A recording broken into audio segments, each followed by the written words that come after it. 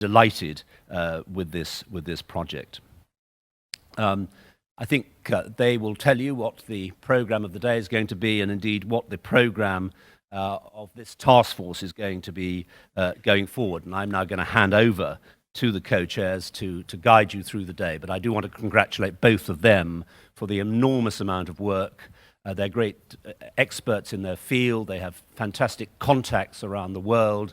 And they have really been so helpful in putting this together and invested a lot of time in it, and I really would like to thank them on behalf of the whole of the IBA. Thank you.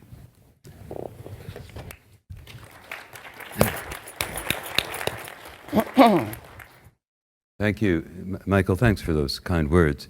I'm going to just spend 30 seconds introducing the co-chair, Baroness Helena Kennedy. She's one of Britain's most distinguished lawyers. She spent her professional life giving voice to those who have least power within the system, championing civil liberties and promoting human rights. She's used many public platforms, including the House of Lords, as you heard Michael refer to her as Baroness Kennedy, to which he was elevated in 1997 to argue with passion, wit, and humanity for social justice. She's also written and broadcast on a wide range of issues. She's the co-chair of the IBA's Human Rights Institute. I know she brings a terrific amount of energy, passion to whatever she does. And she's received honors all around the world for her work and 30 honorary doctorates. It's just a marvelous privilege for me to be working with her and for us to have her on this task force as a co-chair. Helena. Thank you.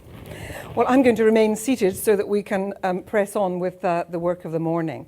I want to first of all say to everyone that we're very privileged that we have had such a visionary president, because Michael, who started this session, had to choose the things that the energies of the organization would be put into to make this event important and effective and to have impact.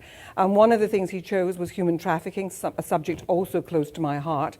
But he also recognized that one of the other existential threats to our world is that of climate change, and it raises the issue of climate justice.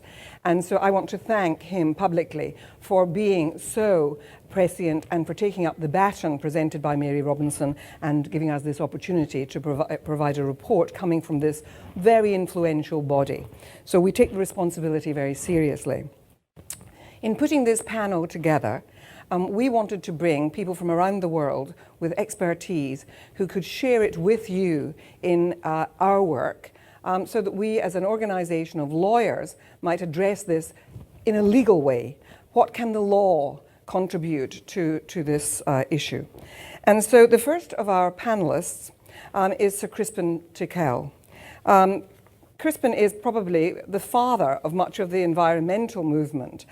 His book, actually, in 1977, which was Climate Change and World Affairs, was actually, I think, probably one of the first books ever written on this subject, and it was very influential.